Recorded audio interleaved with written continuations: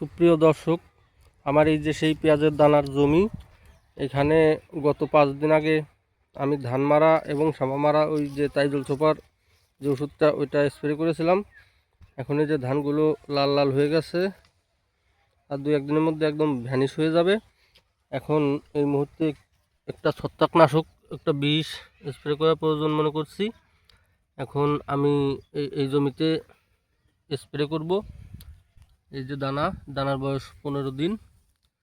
আমি 10 দিন বয়সে ধান মারা দিয়েছিলাম। ধানগুলো এই যে মারা যাচ্ছে, এই যে লাল লাল হয়ে গেছে, অর্থাৎ এগুলো আর 2 থেকে 3 দিনের মধ্যে একদম কিছুই থাকবে না।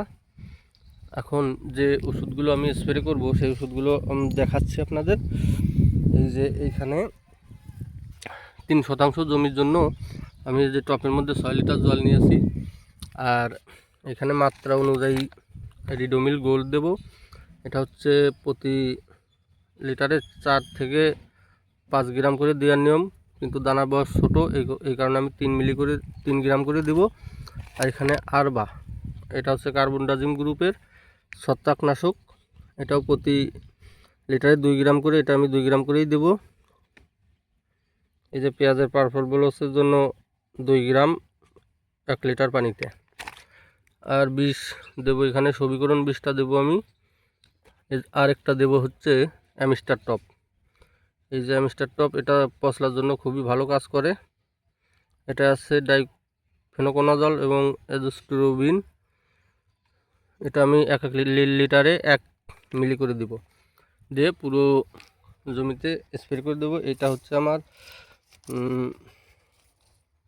পেঁয়াজ। এটা হচ্ছে ওই যে ইন্ডিয়ান যে পেঁয়াজটা আছে না, লাল লাল, যেটাকে বলে শুকসাগর, এটা হচ্ছে সেই শুকসাগর পেঁয়াজের দানা।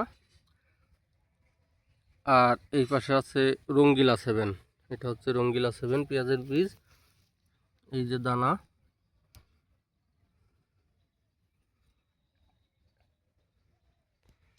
এই দানাগুলো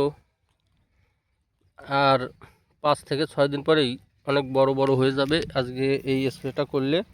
আর 2 থেকে 3 দিন পরে আমি আবার সেচ দিয়ে দেব। আর এই পাশে পরে দানা চারাইছি, এগুলার বয়স মাত্র 8 দিন। এগুলো এখন ছোট ছোট একদমই। এই যে এটা হচ্ছে সুলতান পেঁয়াজ, এটা পরে চারাইছি, এটাও দেখিয়ে দিলাম। এটা আমি স্প্রে করব না এখনই, এটা আরও 2 থেকে 3 দিন পরে স্প্রে করব।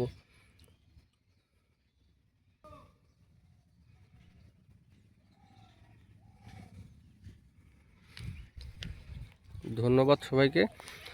এইরকম ভিডিও দেখতে অবশ্যই চ্যানেলটি সাবস্ক্রাইব করে রাখবেন এবং বন্ধুদের সাথে শেয়ার করে দিবেন, যাতে এরকম ভিডিও তারাও দেখতে পারে।